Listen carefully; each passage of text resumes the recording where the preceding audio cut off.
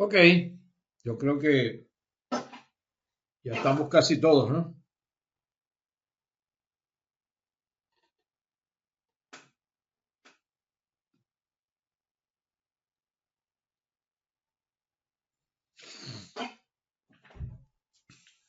Vamos a revisar entonces el, el plan de actividades. Hoy estamos en fecha 5 de junio y debemos revisar hasta la lámina 116. Yo les voy a pasar un complemento de algunas cosas que estuve eh, revisando y se me habían pasado, que son importantes para su desempeño. Hoy las vamos a revisar un poquito, valga la redundancia, y yo les voy a pasar esas láminas al terminar, ¿no? Y la semana que viene, como tenemos aquí, tenemos un primer examen parcial. Tengo que ponerme creativo con eso, ¿no? Para ver cómo lo hacemos. Nos ha dado buen resultado lo que hemos hecho con los quizzes. Creo que voy a hacer algo parecido.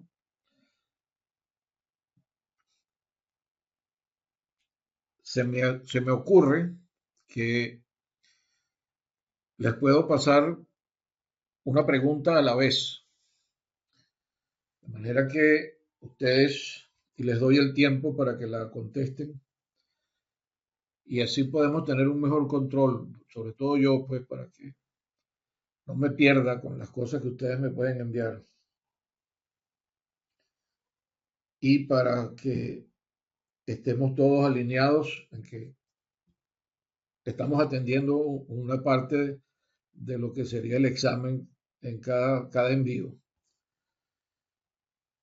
Vamos a hacer la prueba a ver cómo nos va. ¿Tienen alguna sugerencia ustedes?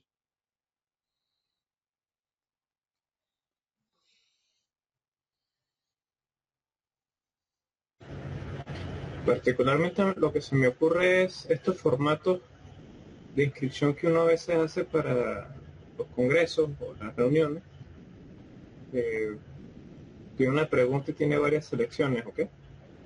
No sé si se puede hacer ese formato y usted lo manda. Bueno, es que esta vez no va a ser la teoría. Yo estoy usando algo parecido a eso, si tú te has dado cuenta, con los exámenes de los quizzes, que son para evaluar cómo van ustedes con la parte teórica. Pero ahora les voy a poner algunos problemitas que les permitan hacer aplicaciones de lo que están aprendiendo en cálculos cotidianos, ¿no? Y que tienen que ver con eh, el desempeño que pudiesen tener cuando usted esté en la vida profesional, ¿no? Tener información y manejarla con relación tanto a los aspectos sísmicos como a los aspectos de respuesta dinámica y características del suelo. Entonces, creo que prefiero que no nos enredemos allí. Vamos a probarlo así. Yo les envío una pregunta, yo calculo el tiempo que tienen para cada pregunta y les dejo que trabajen y me devuelven esa pregunta y les envío otra y así vamos. No van a hacer muchas preguntas, van a ser como 40 nada más.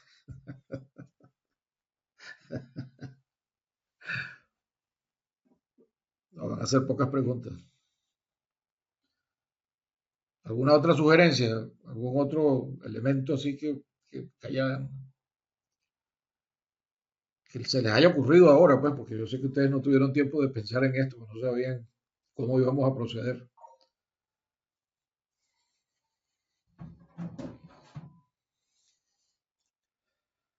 ¿Les parece bien así entonces que hagamos una pregunta a la vez?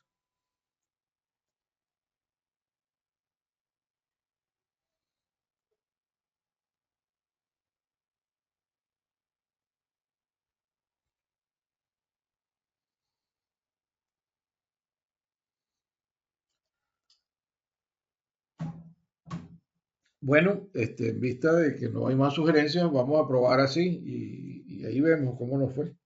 ¿Está bien? Excelente. Entonces, vista esta parte, Vamos, vamos a cambiar lo que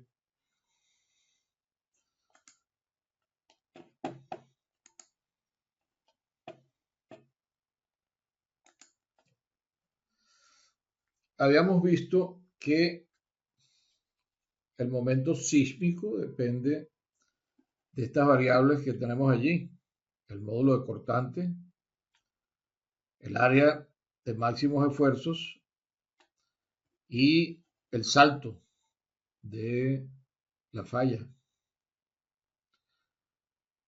Sin embargo, el momento sísmico dijimos que estaba relacionado con la magnitud de momento, que es la magnitud que más se usa, y a mí se me pasó por todos lados ponerle cuál era la ecuación. La ecuación que más se usa entonces con el momento sísmico para determinar la magnitud de momento es esta que tienen aquí como 2,5. La magnitud de momento es igual al logaritmo de el momento sísmico en hercios dividido entre 1,5 menos una constante que es 10,7. Entonces, con eso, ustedes estarían en capacidad de determinar, entonces, dadas las características que les demos de una falla, cuál sería tanto su momento sísmico como la magnitud de momento que esté asociada con ese momento sísmico. ¿Alguna pregunta?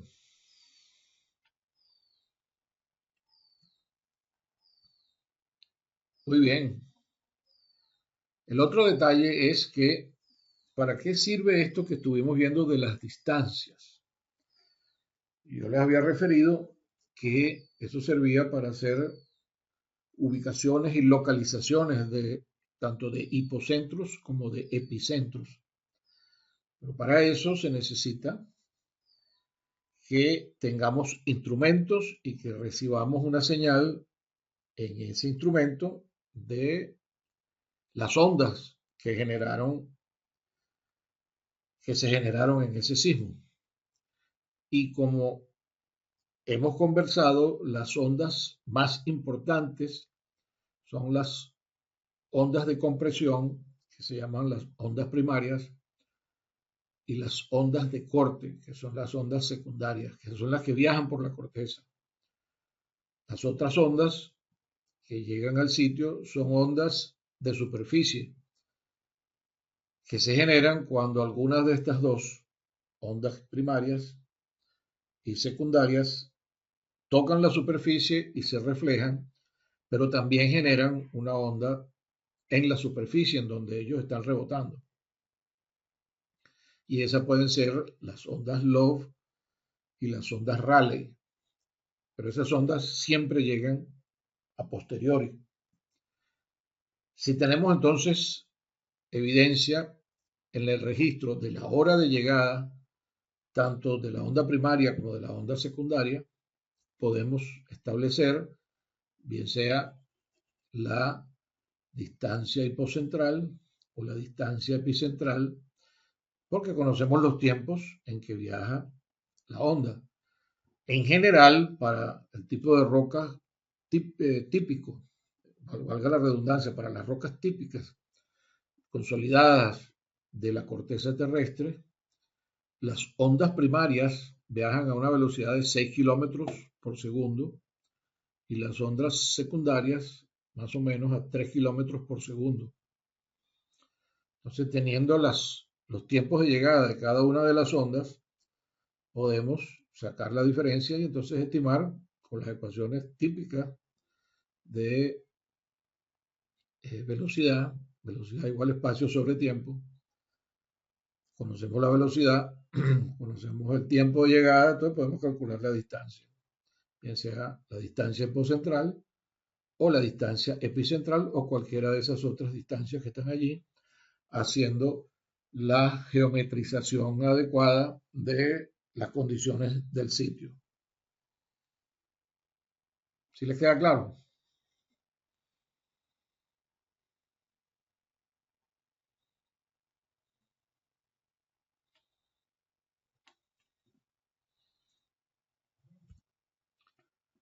Muy bien.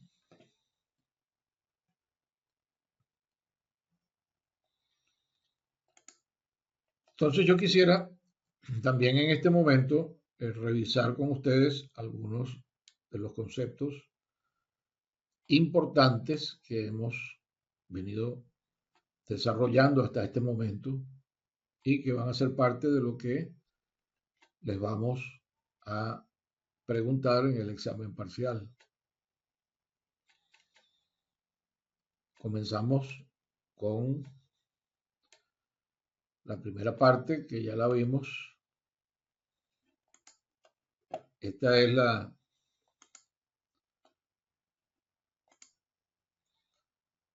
correlación después que tenemos entre la magnitud de momento y la energía, que es con la ecuación que yo les puse hace unos minutos. Y esta es la ecuación que ya habíamos visto anteriormente de el momento sísmico. Esto es importante y cuando uno lo ve en detalle, esto está a nivel macro, por supuesto, esto que tenemos aquí, pero aplica también a cada una, si nosotros dividimos cada una de esas partes de la zona que está fallando y le colocamos o llegamos a conocer cuál es su módulo cortante por la calidad de la roca. Conocemos el espacio en donde él está siendo aplicado. Si tuviésemos esa capacidad y de establecer cuánto es el salto relativo de cada una de las secciones que estamos evaluando dentro de esa cuadrícula en la que estamos dividiendo, eso nos permite entonces hacer una buena evaluación de las amplitudes que se pueden generar y eso explica precisamente las, las, las observaciones que tenemos con respecto a las amplitudes relacionadas con cada periodo.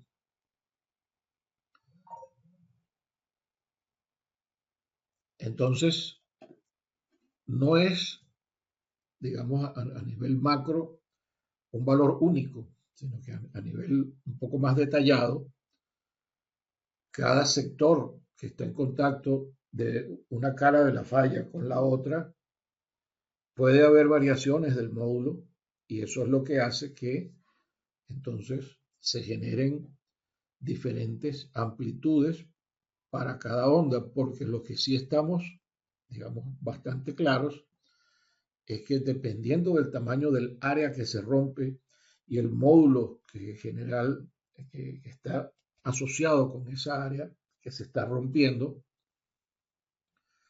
se va a generar una, una frecuencia o un periodo de la onda que se está generando en ese sector. Y es entonces como un grupo de corredores de maratón. Si lo visualizamos así, en el punto de falla están todos los corredores en la salida y en la medida que comienza la contienda, que es el punto en que se genera pues la ruptura de la falla, es la apertura a que los corredores echen a andar, ellos van a salir prácticamente todos con la misma velocidad, pero los que son más resistentes van a tener una mayor capacidad, van a llegar más lejos y los que son menos resistentes van a llegar menos lejos. En ese caso sería que los más grandes llegan a distancias más cortas y los que tienen mayor capacidad de fondo van a llegar más lejos, pero no necesariamente van a tener un tamaño más grande. ¿Ah? Eso es lo que estaría asociado con estas amplitudes y los periodos de cada uno. Recuerden que los periodos largos están asociados con ondas que viajan sin perder mucha energía y viajan por más tiempo. Las ondas de periodo corto vibran muy rápidamente, gastan mucha energía y entonces se atenúan más rápido. Y hacíamos el símil con el Twitter que le ponen a los sistemas de sonido y que cuando usted está muy cerca, usted escucha todas las ondas, escucha todas las armonías cercanas, pero en la medida que usted se aleja, va dejando de percibir las ondas de periodo más corto. Entonces, allí es donde el Twitter ayuda, porque el Twitter ayuda a aumentarle la energía a esas ondas para que lleguen más lejos. Pero si usted se aleja muchísimo más, usted lo único que va a escuchar es prácticamente los bajos y la percusión, que generan ondas muy grandes y la percusión de tambores grandes, ¿no? Y se oye más lejos, y sobre todo el bajo, y el contrabajo más todavía. Y curiosamente, así como dato adicional, ese es un sistema de comunicación que tienen los elefantes. Los elefantes generan ondas de periodo muy largo que viajan entonces por la superficie del terreno y le llegan a otros elefantes y las almohadillas que ellos tienen en las patas les permiten captar esas ondas y se comunican y saben cuán cerca o lejos están los otros miembros de la familia con ese detalle. Un detalle biológico que se descubrió hace algún tiempo, pero que está relacionado un poco con todo esto que estamos conversando, que tienen como base física la misma esencia. Entonces, por eso, a la medida que se rompe una superficie más grande, el periodo va a ser mayor, pero la cantidad de energía que se libera no es tan grande como en los sitios en donde el módulo es mayor y sí se genera una cantidad de energía violenta, pero que entonces en el tiempo va a atenuarse más rápido, mientras que la onda que se generó por la ruptura más grande va a tener un periodo, un viaje a una mayor distancia. ¿Alguna pregunta sobre eso? Si ustedes tienen algún detalle, me interrumpen y lo conversamos inmediatamente, ¿no?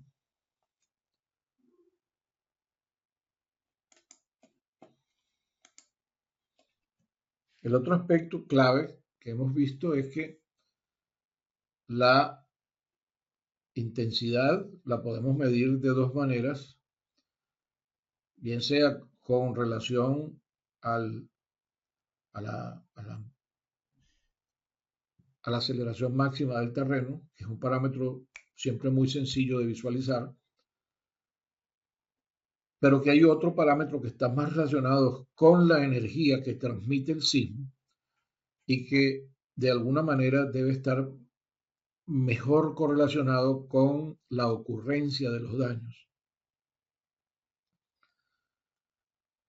Y en la fase que viene vamos a ver eso un poco más de detalle, pero ya lo estamos anticipando y ustedes ya de una manera intuitiva también lo tenían claro. Y conversando ahora en detalle de lo que implica tener una señal compleja en el tiempo, como un acelerograma, y entender que es un agregado de funciones armónicas de ondas de distinta amplitud y de distinta frecuencia o periodo, podemos descomponer entonces esa señal compleja en señales simples, armónicas, que permiten entonces hacer una solución física del problema que entendemos en forma básica. Obtenemos una solución para cada una de las componentes y una vez que tenemos esas soluciones, las sumamos y obtenemos la respuesta. Y eso gracias a que este señor Fourier, un francés, matemático francés del siglo XIX, descubrió que esto era aplicable a la mayoría de las eh, funciones de parámetros de ingeniería complejos aplicables entonces a los, a los casos de diseño que nos interesan. Y el método que llamamos equivalente lineal en respuesta de los perfiles geotécnicos, que también lo comenzamos a ver en las últimas sesiones, se basan en este principio de cálculo. Pero por supuesto, esto es asumiendo que las características de la respuesta son solamente influenciadas por la deformación y el valor de la aceleración. Pero cuando hay otra variable que interfiere, como la presión de poro, es necesario entonces considerar otro sistema de cálculo que no sea el equivalente lineal y tiene que ser entonces un sistema de cálculo basado en la respuesta en tiempo de las aceleraciones. Y bueno, eso lo vamos a ver un poquito más en detalle más adelante cuando vayamos a estudiar cómo son los tipos de respuesta. Vimos que había, esto es lo que se refiere a lo que estábamos conversando hace un momento, y hablamos del espectro también, que el espectro es otra forma de medir la intensidad, pero que el espectro está asociado con el valor del amortiguamiento que tiene el sistema de un grado de libertad con el que vamos a estar midiendo. Y en la medida que nos alejamos de la frecuencia natural del sitio y la frecuencia predominante en la señal sísmica, podemos tener alteraciones en la señal de respuesta. Por eso los espectros generalmente se ha tenido como convenio presentarlos para un 5% de amortiguamiento. Y eso responde a que el amortiguamiento que generalmente tenemos para estructuras simples, digamos, es un buen valor utilizar el 5%, por eso es que se usa 5%, pero cuando estudiamos lo que era la respuesta dinámica del sitio, el sitio viene a ser como un instrumento, pero en donde nosotros no controlamos el valor del amortiguamiento, sino que el amortiguamiento está controlado por las propiedades del material y por los niveles de energía que le está transmitiendo el sismo al sitio. Entonces allí nosotros tenemos que entender que va a existir una proporcionalidad entre la respuesta que tenemos convencional al 5% versus la respuesta que va a tener en realidad el sitio si el amortiguamiento es diferente de 5%. Si es un material granular, entonces el amortiguamiento va a ser mayor y los picos de las respuestas van a ser menores. Y si el amortiguamiento es menor, porque el material es bastante elástico, o sea que tiene muy poco amortiguamiento, con arcillas de alta plasticidad, por ejemplo, pasa eso, entonces podemos tener una respuesta mucho mayor que la que se obtiene con el 5% de amortiguamiento en el factor de amplificación. Eso lo vimos. Pero lo vamos a conversar nuevamente en lo que yo llegue a esas láminas. El otro detalle importante es que cualquiera que sea el parámetro que definamos para la intensidad, entonces hay un proceso de viaje del tren de ondas a través de la corteza terrestre que llegamos a un sitio en donde va a ser modificado por las condiciones del sitio. Ese es digamos, el sistema de un grado de libertad que yo les digo que interfiere con lo que va a ser la respuesta en el sitio. Generalmente se usa el primer modo, que es el más significativo. Hay otros modos que tiene de vibración al suelo, igual que una estructura, pero tienen una influencia mucho menor. Y que en la medida que aumenta la distancia, el valor de la intensidad, que es la fuerza con que sentimos ese es el efecto del movimiento sísmico, va a disminuir. Y el ejemplo que siempre manejo con los participantes y los estudiantes es que en la medida que, por ejemplo, tenemos un bombillo de 100 vatios y usted está muy cerca del bombillo y lo encendemos, usted va a quedar encandilado y va a tener que cerrar los ojos porque sobrepasa su capacidad de aceptación de un nivel de intensidad en los ojos. Pero a la medida que usted se va retirando, usted puede empezar a mirar fijamente al bombillo porque ya la fuerza con que le llega el efecto de la luminosidad es menor. Eso es lo mismo que pasa con las ondas sísmicas y las ondas de sonido que se atenúan con la distancia y por eso después que usted está a cierta distancia ya puede mirar fijo el, el foco y no le pasa nada. Pero fíjense, por ejemplo, que depende de la intensidad del foco, porque no podemos mirar directamente al sol porque nos, nos quemaría los centros de visión en los ojos. Tenemos que poner unos lentes que hagan ese efecto de bajar la intensidad, porque el sol, a pesar de que está a una cantidad importante de kilómetros de la Tierra, varios millones de kilómetros, todavía la intensidad con la que llega la luz a la Tierra es bastante alta y no podemos mirar al Sol directamente. Entonces, dependiendo de la distancia, que en muchos casos algunos autores utilizan, y es tradicional usar la distancia epicentral, sin embargo, para distintos tipos de estudios se podrían utilizar otras distancias como las que hemos definido, pero en general, con cualquier distancia que estemos utilizando, siempre hay una disminución de la intensidad con la distancia.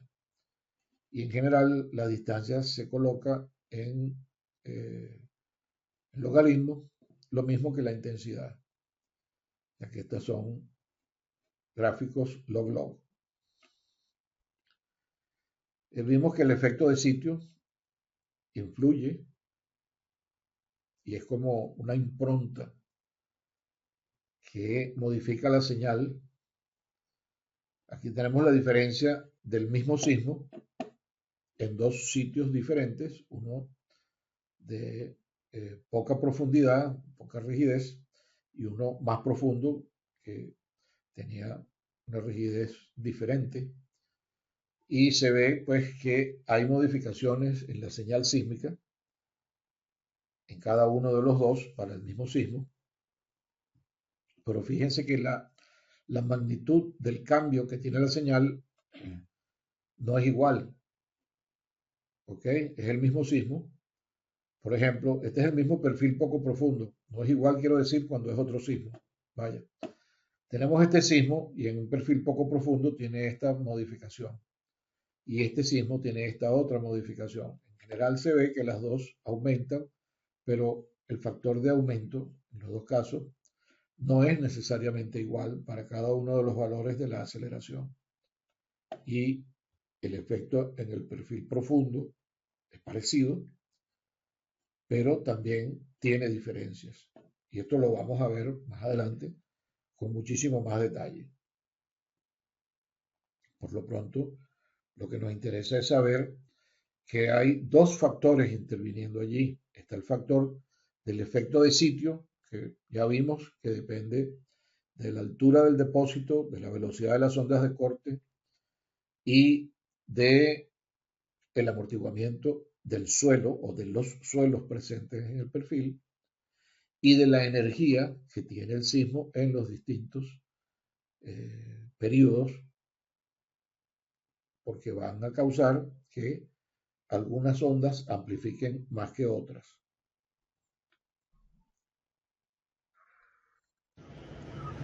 Gustavo comentó, la magnitud del sismo es una sola. Pregunta, ¿la amplitud es la que se puede tener varios valores diferentes y depende de dónde se mide?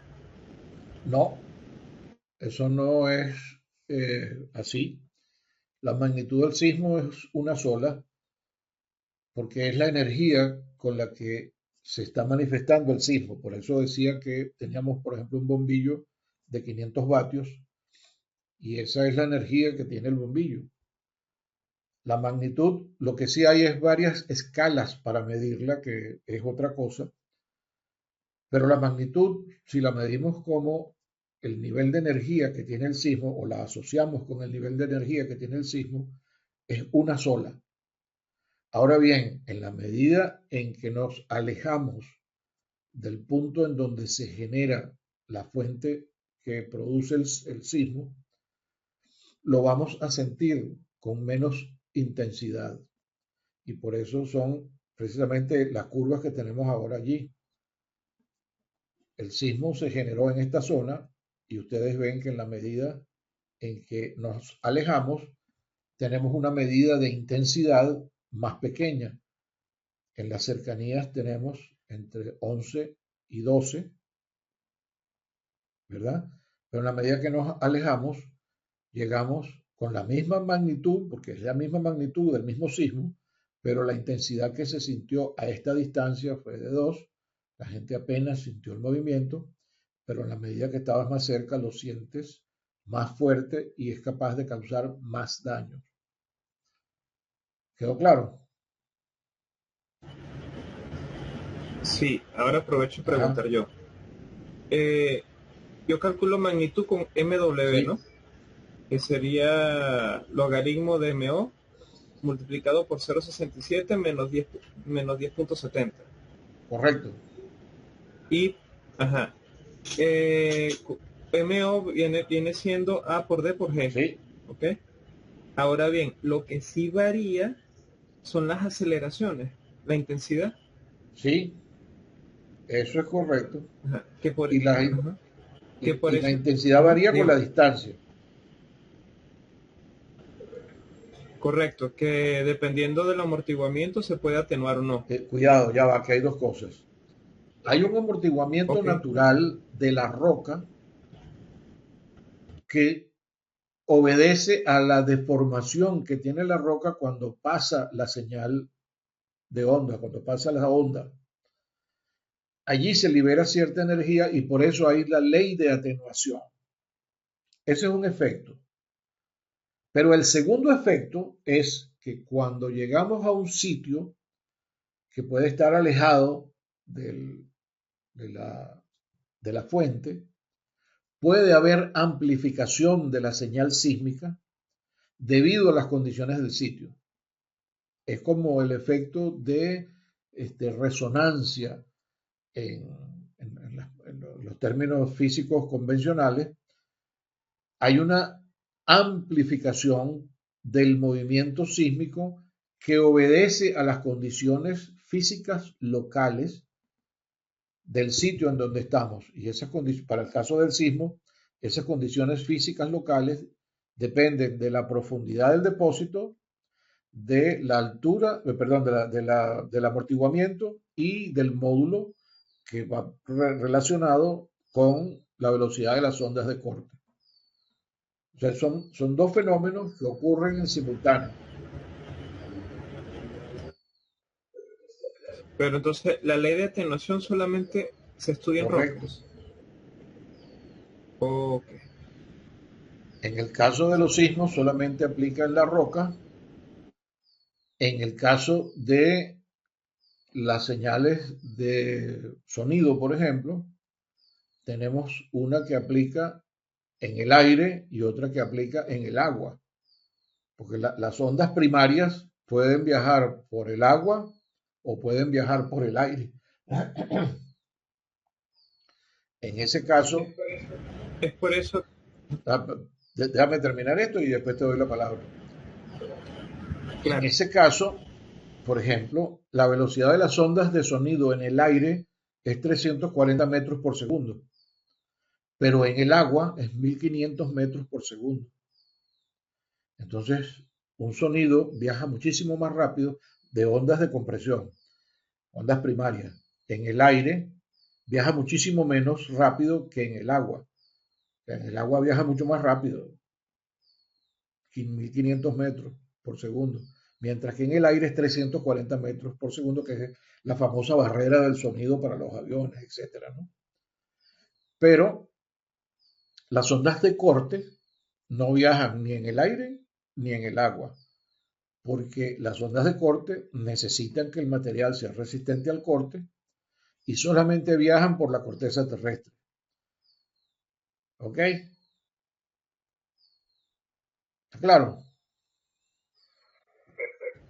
Ok, Perfecto. ¿qué otra pregunta tenías? Ahora, eh, no, la diferencia que teníamos entre la ley de atenuación y los efectos de sitio, porque en los videos de clases se vio que se esperaba cierta intensidad para la licuefacción o ciertos datos para la licuefacción, ciertos resultados, pero cuando aplicamos la ley de atenuación era muy bajo, pero cuando aplicamos la amplificación por sitio superaba en creces ese número.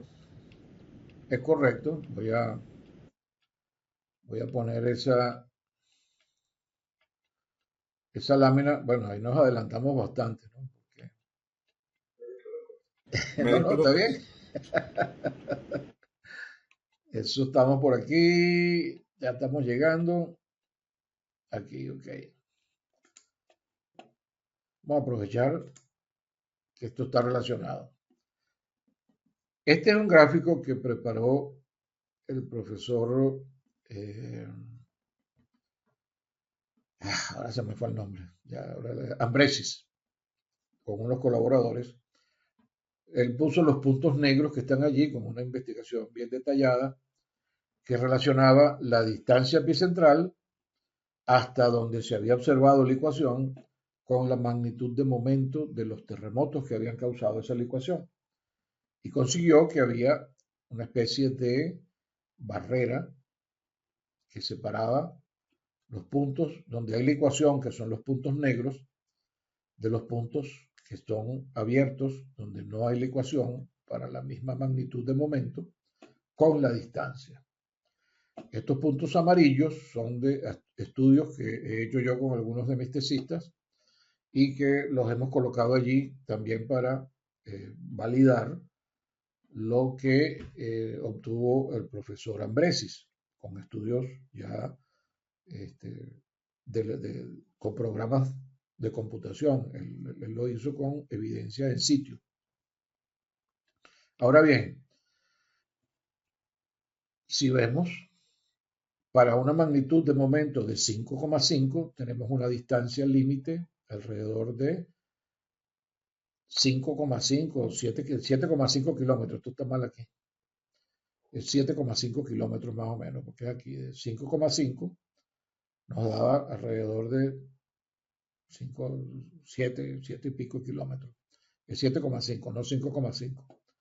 Para una magnitud 6,5 tenemos entonces que es más o menos de 50 metros, se cita bien, y para una magnitud de 7,5 tenemos una distancia aproximada de 200 kilómetros. Cuando vemos la ley de atenuación, o sí, la ley de atenuación con la distancia epicentral de la intensidad de momento, o perdón, la intensidad del sector fuerte del acelerograma, que después vamos a ver que es la que está relacionada con la licuación, resulta que nos dice que si la magnitud es 5, este es 5,5, esta ley de atenuación roja, la verde es para 6,5 y esta morada es para 7,5. Entonces, si estamos hablando de 7,5 kilómetros, estamos hablando por aquí, tenemos este nivel para 5,5, este nivel para 6,5 y este nivel esperado. Esto siempre tiene una variación, pero este es el valor esperado.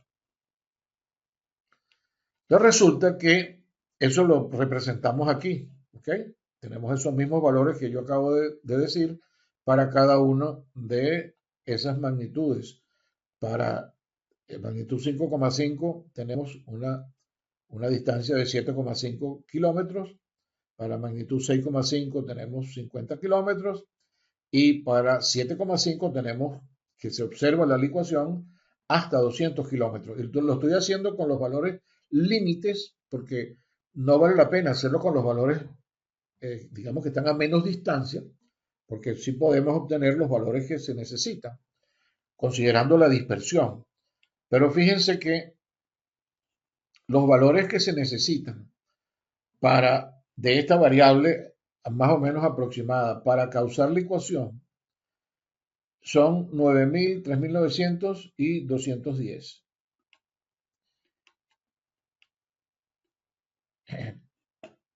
Bueno, no sé qué fue eso que dije, pero los valores son estos que están marcados aquí. Para 5,5 con las ecuaciones de equivalencia entre intensidad y el sector fuerte, se necesita este nivel de intensidad. Y fíjense que el valor promedio que nos da la ecuación es este, pero el valor que se necesita para licuar está por aquí arriba.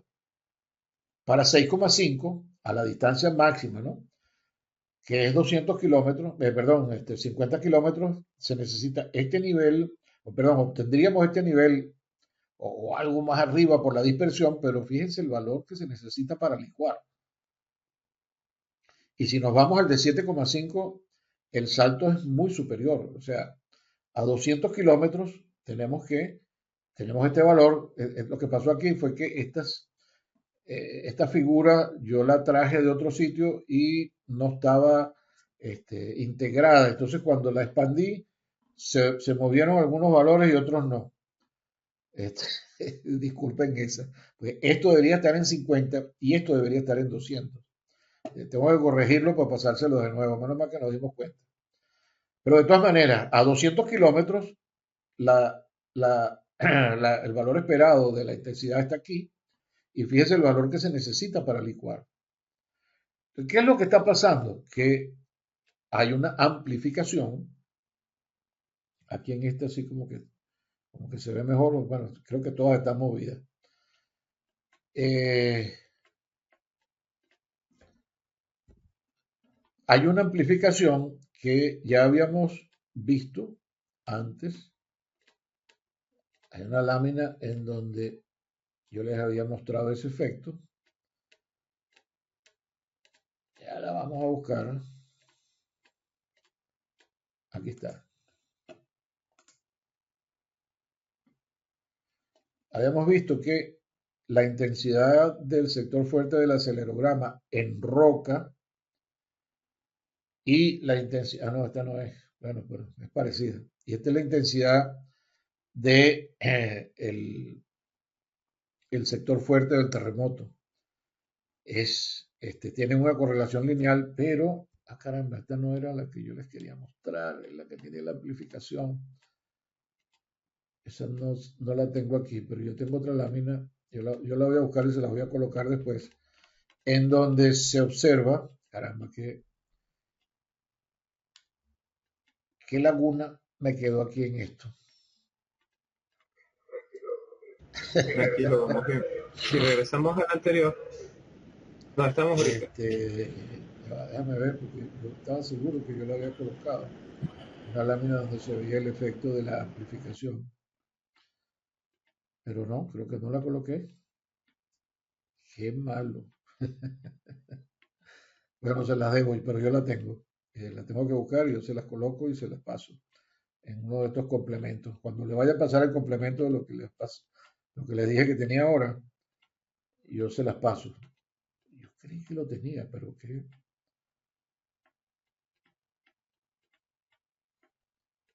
malo que no, por lo menos no lo veo aquí de primera instancia, pero sí existe, pues hay un efecto de amplificación que es bien significativo de las intensidades del sector fuerte del acelerograma cuando cambian las condiciones del sitio. Sí, lamentablemente no, bueno, no la consigo ahorita, pero yo se las voy a pasar. Tengan la certeza porque eso es uno de los aspectos más importantes relacionados con este curso. Y disculpen que no se las puse ahí, pero se las voy a pasar en el material complementario sin ninguna duda. Ok, pero bueno, estuvo bueno el punto. hay una amplificación bien significativa de la intensidad, como lo vieron aquí, pues los valores de la energía necesaria para licuar el material tienen, déjame ver si esto lo corrijo de una vez, porque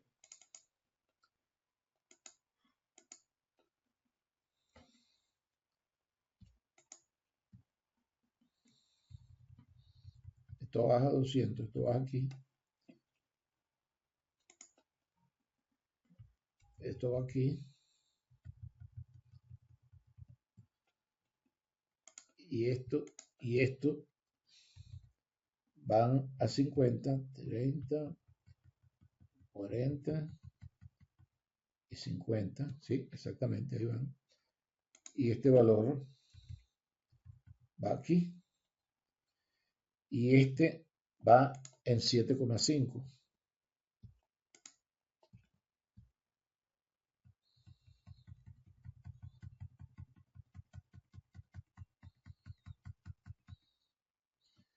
Entonces, 2, 3, 4, 5, ahí más o menos. Este valor viene aquí.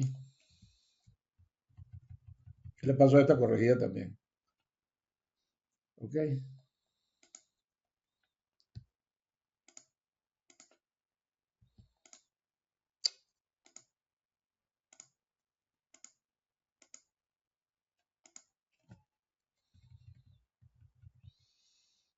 Ahí. Y eso fue lo que yo les decía que había pasado con esta gráfica.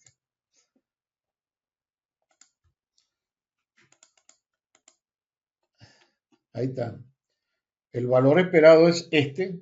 Esto tiene siempre una dispersión, pero la dispersión va más o menos entre más una desviación estándar, una desviación estándar y media, que no llega hasta el valor que se requiere para alcanzar la licuación. Es lo que yo quiero resaltar aquí, ¿no? Y sobre todo en este caso que el salto es muy grande, tanto para la magnitud 7,5 y la de 6,5.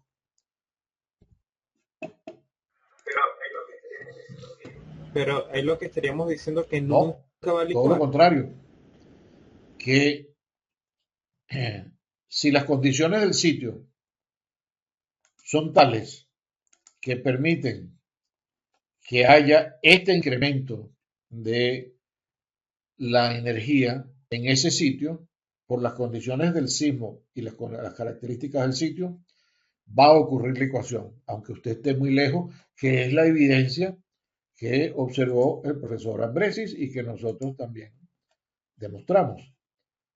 Es decir, tú puedes observar licuación hasta 200 kilómetros para una magnitud 7,5 porque a pesar de que la energía ha disminuido por el viaje de la onda en la corteza, las condiciones del sitio permiten que se amplifiquen las características del sismo, las ordenadas de las aceleraciones, y te produzcan licuación.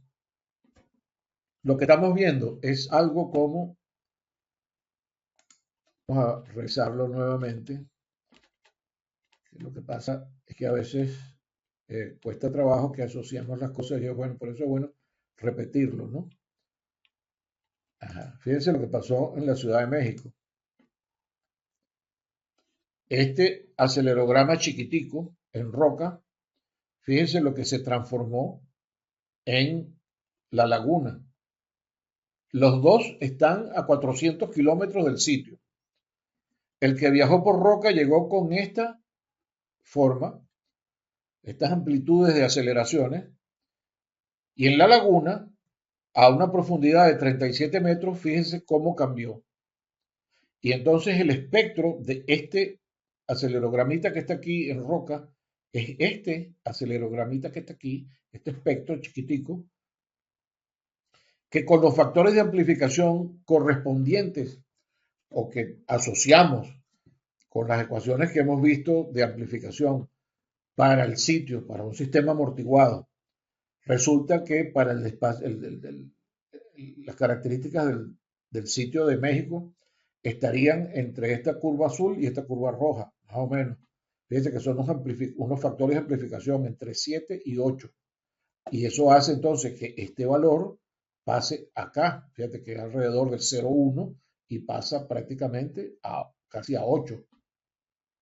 Porque el sitio tiene un amortiguamiento mínimo, ¿verdad? Muy pequeño, que está dado aquí, pues esto estimamos nosotros que podía ser la respuesta que pudiese tener una arcilla parecida a la de la Ciudad de México.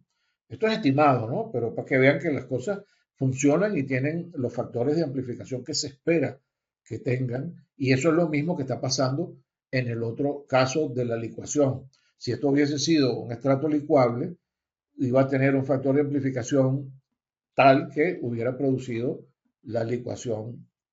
¿Ok?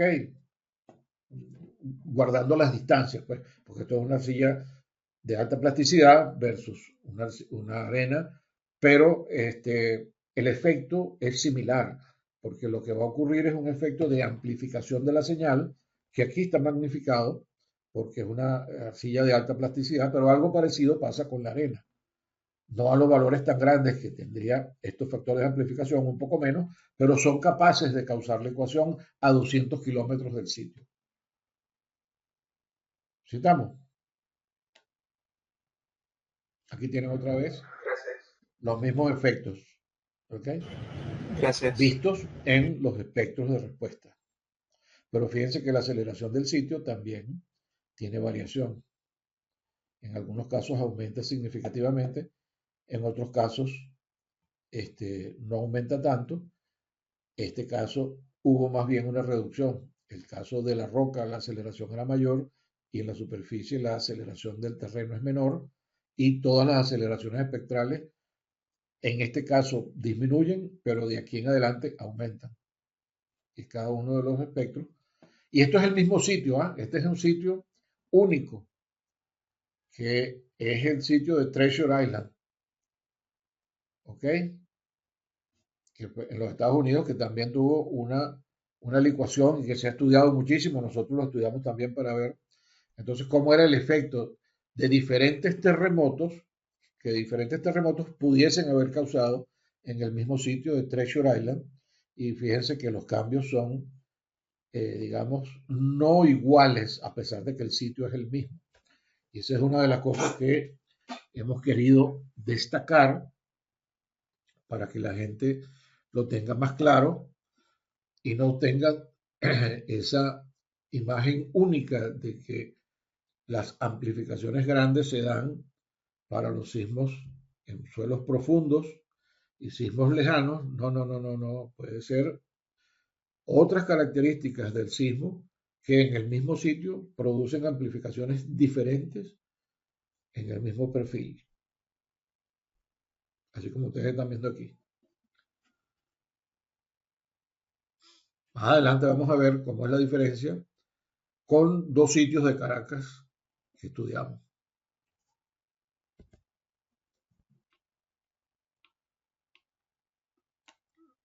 Lo otro que vimos entonces también, que es muy importante, es que el módulo, bueno,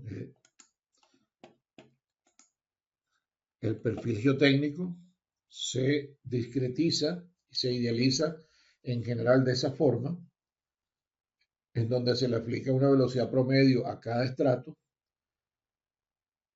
Eso no es necesario, estrictamente hablando, no es necesariamente así, tiene variaciones internas, pero para los niveles que nosotros necesitamos en los cálculos que hacemos, eso es una aproximación suficientemente buena para poder trabajar. Y eso permite entonces caracterizar un sitio que es complejo, tomando los valores promedios de la velocidad de ondas de corte. Se ha podido determinar estas ecuaciones, las sacó Dobry y otros colaboradores, y las han verificado muchísimo, el periodo fundamental del depósito, que se le conoce como TF o T0, es 4 veces la altura dividido entre la velocidad promedio. Y en ese entorno es donde van a ocurrir las mayores amplificaciones de la señal sísmica. Y que la velocidad de las ondas promedio del sitio es entonces la altura total dividido entre la sumatoria de los tiempos parciales que toma la onda en recorrer cada uno de los estratos. Y esa es la velocidad de onda promedio. Con el amortiguamiento pasa algo parecido, porque cada uno de estos estratos tiene un amortiguamiento, pero debido a que hay entonces un valor promedio del módulo asociado con el valor promedio de la velocidad de la onda de corte, también podemos asociar, entre comillas, que hay un valor promedio del amortiguamiento, tanto para cada estrato como para el perfil en general. ¿Ok? Y fíjense que también entonces el profesor Idris encontró que el valor de la aceleración del terreno, la aceleración máxima, amplifica significativamente. Este es el valor en roca y este es el valor en superficie para suelos que tienen características de ser blandos o poco competentes. Entonces, en un sitio de Treasure Island con el sismo de Loma Prieta dio estos cálculos.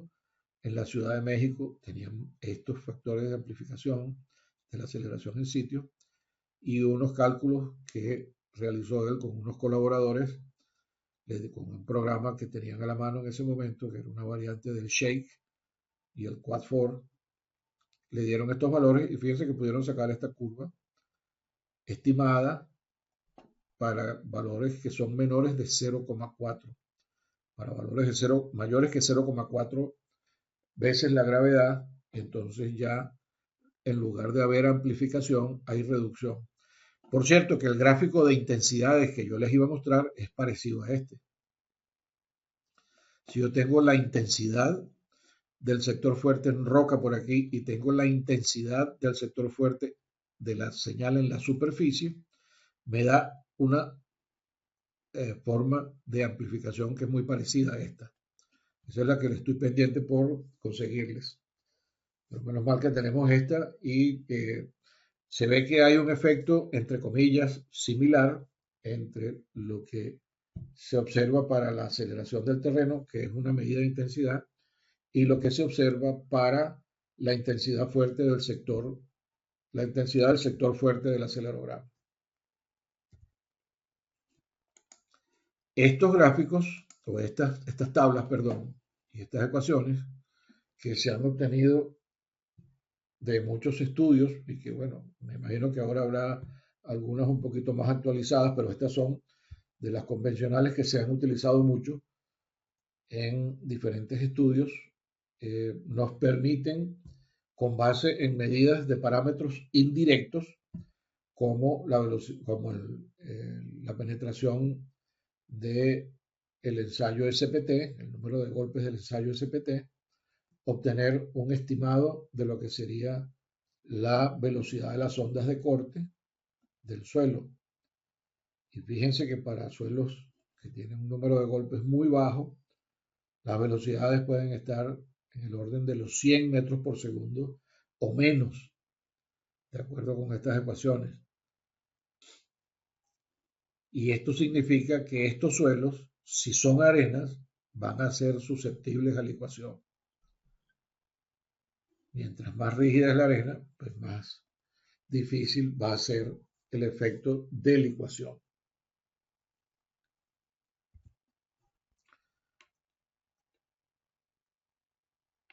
Yo creo que estas son las cosas más resaltantes.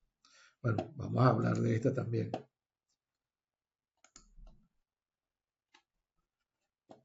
Como les hablaba, si vamos a estudiar el efecto que tiene el viaje de una onda sísmica en el suelo, que como les dije, es como si tuviéramos un aparato con unas características particulares de amortiguamiento. Entonces, en este caso nosotros no podemos controlar el amortiguamiento. En el aparato sí, porque nosotros cambiamos el resorte y le cambiamos también el sistema de control de velocidades y podemos controlar el amortiguamiento para que la señal que vamos a obtener en el aparato sea lo más parecida a la señal que está excitando el aparato. Ese es el secreto de obtener el amortiguamiento adecuado para un sitio adecuado.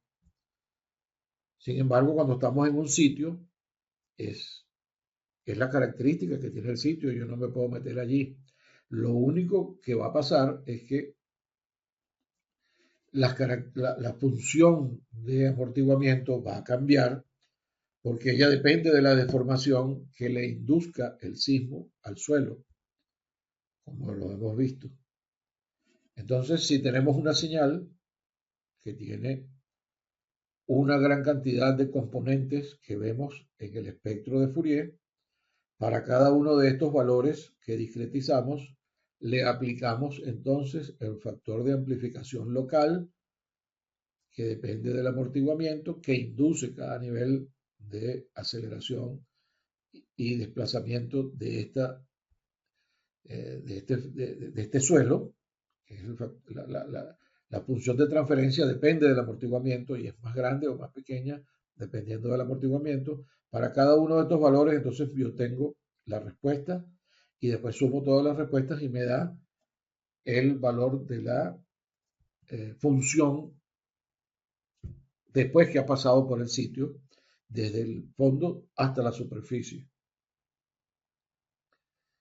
Y esto es lo que se llama la aplicación del método equivalente lineal, porque para cada una de estas soluciones hay que hacer una aproximación. Ya vamos a ver un momentico aquí.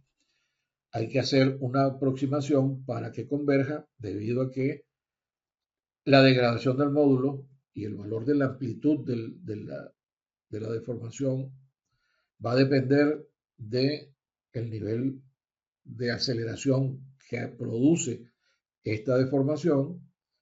Entonces, degrada el módulo y también modifica el factor de amortiguamiento. ¿Correcto? Entonces, esto se tiene que ir haciendo por aproximaciones sucesivas hasta que obtenemos la respuesta que corresponde a el valor que estamos considerando en este momento. Y eso nos permite entonces obtener la respuesta para cada una de las frecuencias que después se suman y se obtiene la respuesta final. Si no hay amortiguamiento, entonces el factor de respuesta que calculamos es este, que viene de resolver esta ecuación. Viene de resolver la ecuación bueno, no está aquí, no, sí, la ecuación la ecuación de movimiento. Esto es aceleración, esto es velocidad y esto es desplazamiento. Y esto es la señal de entrada. Hay entonces una respuesta para cada uno de los valores de frecuencia, que es lo que precisamente les estaba mostrando antes. Entonces, para cada frecuencia se resuelve esta ecuación, se hacen las aproximaciones necesarias para que estos parámetros converjan y se obtiene la respuesta en la superficie. Si no hay amortiguamiento, entonces para todos los valores de frecuencia lo único que influye es la velocidad del suelo, y entonces tenemos respuestas que tienen distintos picos en los valores en que esta función de coseno se hace máxima. O en este caso se hace mínima y hace máxima la función, eso es lo que quiero decir. Pero cuando hay amortiguamiento, los picos se mantienen en los mismos puntos porque dependen de la velocidad y del factor K sub H, que está relacionado precisamente con la altura y la rigidez del depósito. Pero dependiendo del amortiguamiento, entonces se tiene un valor del factor de amplificación distinto. no son todos picos iguales, sino que hay frecuencias en las que la amplificación es mucho mayor. Y para que lo veamos de una manera más parecida a lo que nosotros vemos con los espectros, si cambiamos esto, que está relacionado con la frecuencia, por la inversa, que entonces nos da el periodo, este gráfico se transforma en esto. Y es el que yo les he venido mostrando, que entonces es el que produce el efecto de amplificación. Si esta es la señal en roca, el factor de amplificación va a depender de la plasticidad del suelo y va a aumentar dependiendo de cuán plástico es el suelo. Y eso hace que entonces estos valores se amplifiquen más. Fíjense que están en el entorno del periodo fundamental. Son los valores que más se amplifican. Hay otros valores que no se amplifican prácticamente nada, porque están alrededor de 1. Hay unos que se amplifican un poquito más, pero los que más se amplifican, que no necesariamente significa que van a ser los más grandes siempre en la respuesta, sino que son los que más se amplifican respecto a la señal de entrada. Y que si la señal de entrada no tiene prácticamente energía, no tiene ningún valor aumentable, pues la respuesta tampoco va a tener, aunque el factor de amplificación sea muy grande, no tienes ninguna amplificación en la señal de respuesta, en el periodo fundamental. Las amplificaciones van a ocurrir en otros puntos que están más bien cercanos a las zonas que tienen menos frecuencia y menos amplificaciones en la señal original, porque las respuestas tienen factores que amplifican un poco más allí. Fíjate que en esta zona, entre 0,5, entre 0,25 y 0,5, están las amplificaciones de la señal de respuesta en superficie que coinciden con estos factores que están aquí. Pero en esta zona, donde hay la mayor amplificación potencial por el sitio, el sismo no tenía ninguna energía, entonces pues no hay ninguna amplificación. Ok, con esto yo creo que hemos dado un buen vuelo con relación a los aspectos más importantes y relevantes de lo que nos toca para esta primera evaluación que tenemos la semana que viene. Estoy atento a cualquier pregunta que tengan o cualquier detalle que quieran que se especifique mejor. Bueno, lo otro era que, claro, no puedo dejar pasar esto por alto. Y son detalles que quiero que entiendan también muy claro. Esta es la función de la intensidad de áreas, que hay una ecuación que ustedes vieron que sirve para calcularla. Generalmente se coloca aquí como porcentaje, porque se establece cuánto es el valor de la potencial aceleración al final, los valores de aceleración al final del registro, y en la medida que, fíjense, el registro, vamos a ver esto en detalle, ¿no? Vamos a verlo aquí. Al inicio, las aceleraciones son pequeñas y entonces los factores calculados con relación a los valores de aceleración al final del registro son más o menos del mismo orden y empiezan a crecer y llega un momento en que llegan al máximo y tienden a ser asintóticos, llegando a 1 o a 100% al final del registro porque están relacionados con las aceleraciones al final. Este factor que hemos colocado aquí, que es la potencia de aceleración, fíjense que como porcentaje tiene valores muchísimo más grandes, porque resulta que si vamos y atendemos cuál es la ecuación de la potencia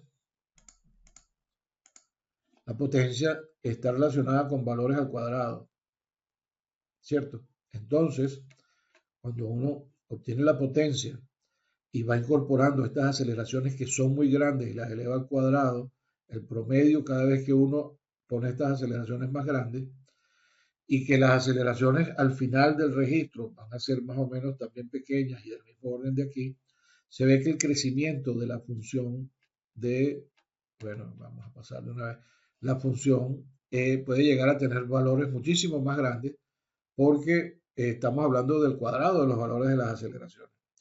Pero aquí esto lo que nos da es una imagen de dónde es que se concentran, o para qué rango de la duración se concentran los valores más grandes de la potencia y que ayudan a definir mejor en dónde están las aceleraciones más grandes que estarían asociadas con los mayores daños, por lo menos los daños iniciales importantes que tiene el sitio o la obra en ese sitio. ¿Ok?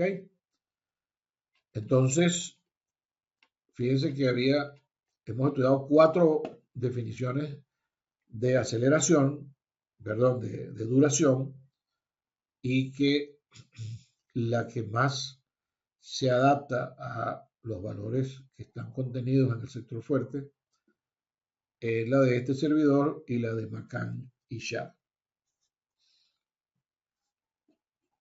Las otras están, digamos, incorporando valores de aceleraciones que ya se salen de la zona de máxima concentración de la energía que tiene el sismo.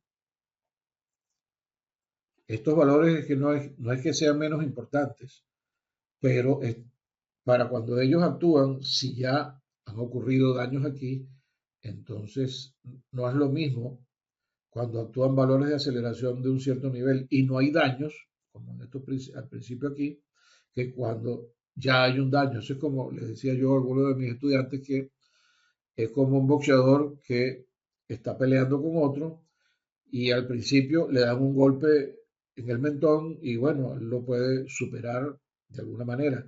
Pero cuando, entre comillas, el otro boxeador ya lo tocó donde era y lo puso mal, si le vuelve a dar un golpe de otra, de más o menos la misma intensidad con la que al principio aguantó, esta segunda vez puede ser que no aguante, porque ya está tocado. Y entonces ese mismo nivel de aceleración que antes no le causaba daño, ahora es capaz de noquearlo. Y eso es lo que pasa en algunas edificaciones, como vamos a ver más adelante, que si ocurre daño acá, cualquiera de estas otras aceleraciones que son menores, que no hubieran causado ningún daño, son capaces de tumbar la edificación. Generalmente para la licuación el proceso ocurre es durante este proceso de aceleraciones más intensas, que es donde se dispara. Y esa es la diferencia entre la respuesta de la edificación y la respuesta de un depósito de suelo donde puede haber licuación. Muy importante y no quería que se me pasara eso. Ok, ¿alguna pregunta?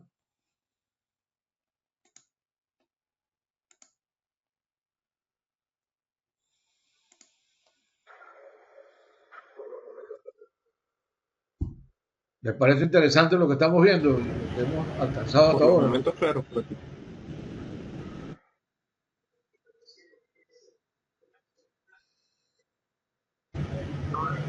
No, claro que sí, porque fíjense, la mayoría de las personas eh, no les gusta hacer estudio de suelo, sino que la gente piensa que calcular es simplemente superestructura, pero no estudia la Así infra. es, y el estudio de suelos Y un error en la tiene infra puede un ser que la doble super efecto, caiga. como tú estás diciendo. Tiene efecto primeramente en el diseño de las fundaciones, que es evidente, pero el otro es en la modificación que tiene la señal sísmica, que influye en las solicitaciones que van a estar actuando en la edificación y que indirectamente también va a afectar al diseño de la fundación. O sea que el diseño de la fundación es un arte que tiene que considerar la condición en sitio, considerando la parte estática y luego también la parte del movimiento sísmico y la parte dinámica, que está asociada con la respuesta del edificio, o sea que los factores de interacción entre el edificio y el suelo también tienen un papel importante. Y como vimos, puede haber una amplificación muy grande de la señal sísmica dependiendo de la condición del Sí, sitio. Adelante, ¿qué ibas a preguntar?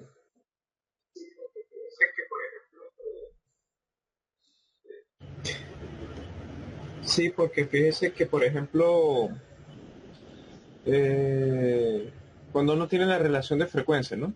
Omega del excitador sobre el omega su n, la frecuencia natural. Si Correcto. ellas se igualan, es cuando tiende a infinito y entra en resonancia. Pero ajá, leyendo Chopra en estos días, sí vi que él dice, o sea, que conociendo el omega del suelo, ahí es donde uno decide si rigidizas más el edificio o lo pones más dúctil, para que te alejes del omega del,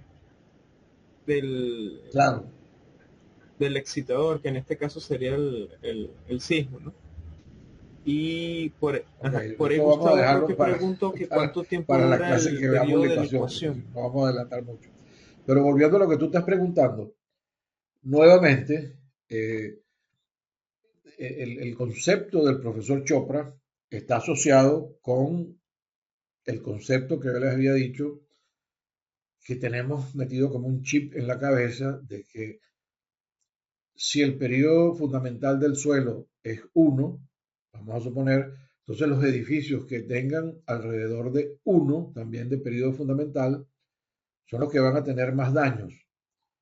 Eso es correcto, pero solamente considerando el efecto de sitio, que es una de las cosas que preocupaba más en la época que el profesor Chopra estaba sacando esto, que el profesor Idri también hizo el estudio para el Valle de Caracas, que incidentalmente es donde empezó a entenderse bien este proceso, pero que los últimos trabajos que hemos realizado, que los resultados los vamos a ver en la segunda parte del curso, la última parte del curso, yo puedo tener un edificio alto en una zona en donde el periodo fundamental del depósito es muy parecida a la del edificio, es lo que pasa en los Palos Grandes, por ejemplo, y que con el sismo del 67 de Caracas, los edificios que más sufrieron fueron esos edificios altos en los Palos Grandes y se cayeron varios, mientras que en Katia prácticamente los daños no llegaron ni a 30% de los edificios pequeños, que fueron los que más sufrieron. Los edificios altos no tuvieron ningún daño. Entonces, ese chip era el que estaba dominando hasta nuestros días. Nosotros lo que hicimos fue tomar una serie de terremotos diferentes, con diferentes características del espectro, lo cual se traduce por todo lo que hemos visto en distintos niveles de energía para distintos periodos, y lo que conseguimos es que es posible que yo tenga edificios bajos en los Palos Grandes que puedan tener daños hasta colapsar dependiendo de la energía y de las características del sismo. Entonces, esa enseñanza que tú estás apuntando que nos da el profesor Chopra, este, hay que manejarla ahora con más criterio porque hay que considerar también dónde esperamos que los sismos que van a atacar el sitio tengan la mayor concentración de energía.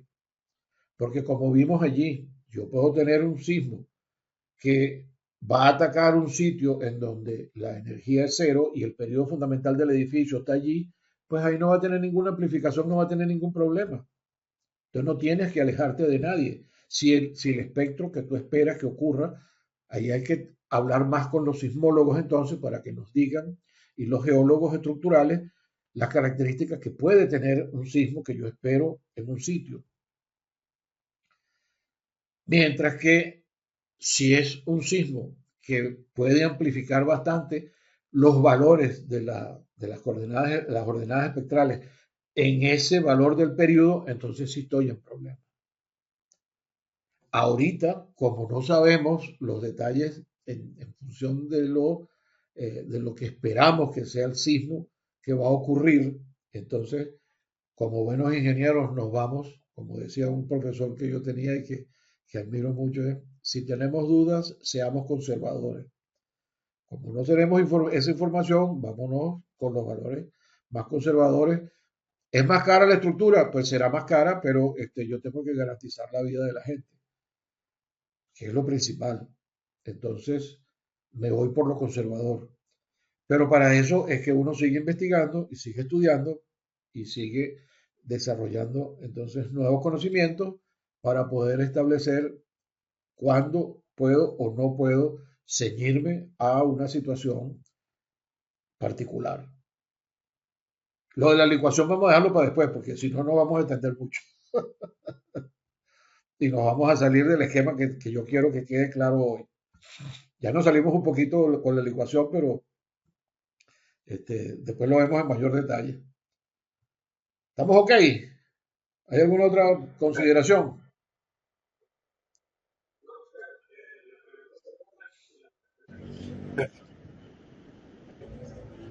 No, o sea, Sí, la pregunta sería, con los la clase de detallitos. hoy, las Y esto láminas está las envía grabándose. para También lo voy a revisarlas otra mantener vez para el examen. disponible para que lo puedan Perfecto. volver a escuchar cuando ustedes tengan a bien y les parezca.